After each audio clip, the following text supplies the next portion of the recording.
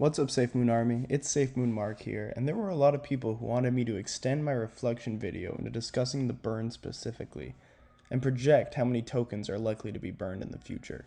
I reference my reflection explained video frequently, so I recommend watching that before continuing with this video. Follow my Twitter to enroll in my many Safemoon giveaways. Super easy to sign up. All you have to do is just follow my Twitter and be subscribed here for a chance to win Safemoon weekly. So for those of you who remember the equation we derived in my reflections video, we defined reflections as being volume multiplied by the number of Safemoon you own divided by 20 quadrillion. Again, this output is the value in US dollars of your daily reflections. As I mentioned before, the burn wallet is a holder, and the tokens that are burned are simply the burn wallet's share of these reflections. So to calculate how much of a given volume is burned, we use the same equation. Now, by replacing reflections with burned, we can see that burned equals volume times the number of coins in the burn wallet divided by 20 quadrillion. Now, this is nice, but remember, this answer is in USD, which we don't care about when evaluating the burn wallet. We only care about how many Safemoon are burnt specifically. So we need to divide this answer by the price of Safemoon, or just squeeze the price into the denominator. But as many of you pointed out, these are only good for daily reflections, since the number of coins in the burn wallet grows, and as such, so should our reflections, daily. What we are lacking here is the aspect of compounding interest, because that is basically what this is. Our Safemoon is compounding at a rate over time. However, this rate is based on the volume of Safemoon and isn't fixed like traditional bank accounts. So we can pull in the equation for compounding interest and relate it to our Safemoon tokenomics to be able to accurately predict where the burn wallet will be in the future. If any of you recall from high school, even if you don't, I'll tell you, the equation for compounding interest can be calculated as follows. The new balance is equal to your previous balance multiplied by 1 plus the rate divided by n raised to the nt, where n is the number of times your amount compounds per unit t, and we are evaluating t in days, so n would be the number of transactions that occur per day. But we're going to be using 24-hour volume in our equation, so n becomes 1. So our equation for our compounding burn then becomes new burn equals the current burn times 1 plus rate raised to the t. Great, but what the hell is rate? Rate will be the rate at which we gain tokens, and this value must be represented as a percentage of our current tokens.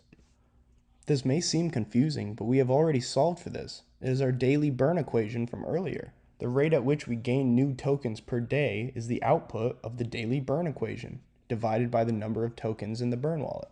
Okay, from here we get this messy equation that rate is equal to the volume times the number of tokens in the burn wallet, divided by 20 quadrillion times price, and then we have to divide this entire answer by the number of tokens in the burn wallet again.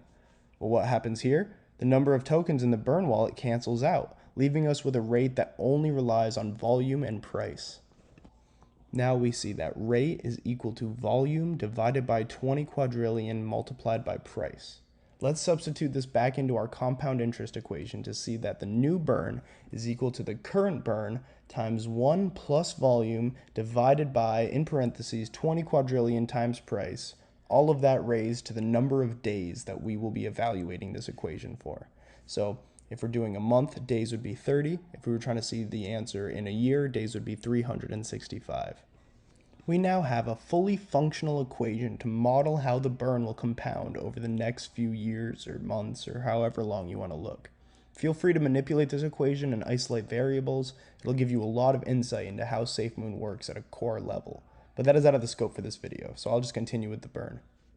Now, a couple of you who also have math degrees are probably saying to yourself, but the volume and price are not constant. You cannot evaluate them as such. And you are right, but by using averages and compounding interest, we can get an incredibly accurate result without needing to break brains. But for my math lovers out there, part 3 is coming soon where I evaluate the burn using differential equations, calculus, and my own modeling software to draw way more accurate conclusions about price, volume, and burn. Okay, now we have our fancy pants equation, but evaluating the burn becomes more complicated now since we have 2 variables for account for instead of just one, both volume and now price. This is where I realized that we actually want the price of Safemoon to stay low over the next couple months. As long as the price stays low, we could burn to as low as 100 trillion coins this year. which means 1 penny by the end of the year is not as crazy as I thought if things actually played out perfectly. These figures are based on the volume increasing, which I believe full-heartedly will happen once Safemoon is used not only as a currency, but as a way to cover transaction fees across their wallet, exchange, games, Gambia, and their crypto debit card. All these use cases will drive the volume into the billions, which will give some interesting results when we plug them into our equation in a minute. Okay, now this is important. Let's say the price stays where it is now, around 0.00005, and we see volumes close to $1 billion per day once all the catalysts come to pass. Our compounding interest equation tells us the burn wallet will have burnt 15.87 quadrillion tokens. Now, before you close the video and say, this guy doesn't know what the hell he's talking about, there's only 580 trillion tokens left, just step back and think about this with me. Our burn equation tells us that $1 billion of volume at this price burns 4.2 trillion tokens per day. When that compounds, we would burn through the entire supply of Safemoon within 100 days. Okay, so something is not right here. Clearly I made some mistake, right? No, this is correct. This means that there is no way we can have volume in the billions while Safemoon is still at this price. What will happen is, once the volume picks up into the billions and trillions of tokens are burnt per day, the price is going to skyrocket to new all-time highs that we have never seen before.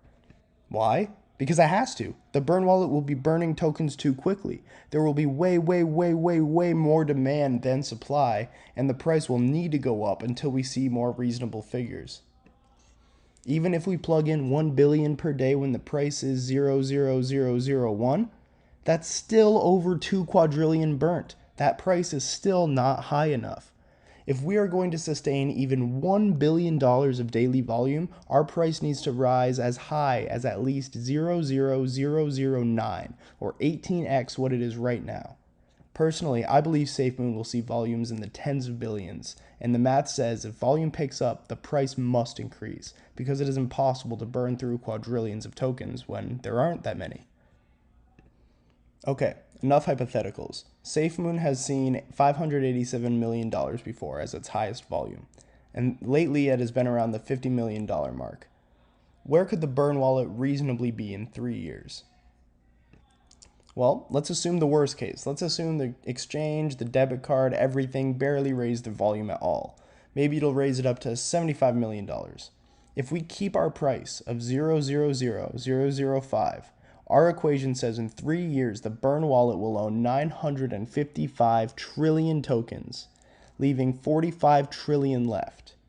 Even if we do not gain market cap at all and our valuation for Safemoon stays the same, our price would be 0.0009, or again 18 times higher than it is right now.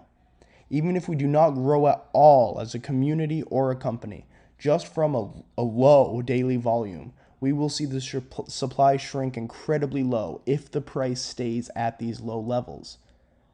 What that means is the price can't stay at these low levels. Once the price picks up, the equation says it will take tens of years to burn them all, even at super high volumes. But this is reasonable.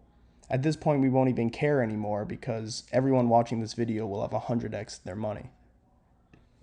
Now, I'd spend hours going through different price, volume scenarios for you guys, but you all have this equation now and have access to a calculator. But if you are lazy and you enjoy math, my Part 3 analysis will have a computer doing all of the hard work for us, and we can analyze millions of scenarios per minute, opposed to me spending 10 minutes to get through a couple.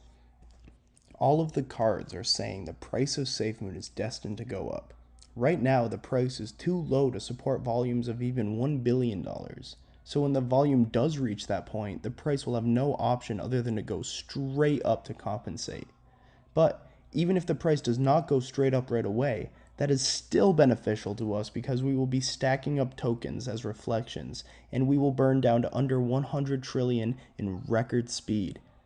I have invested most of my money into Safemoon, as these numbers cannot lie, and eventually the rest of the world will realize it too. However, this is not financial advice, just mathematical analysis. I hope this video helped. I hope it gave you a new perspective on Safemoon, burn, and math in general. If it did, please like and subscribe, and more content's coming soon.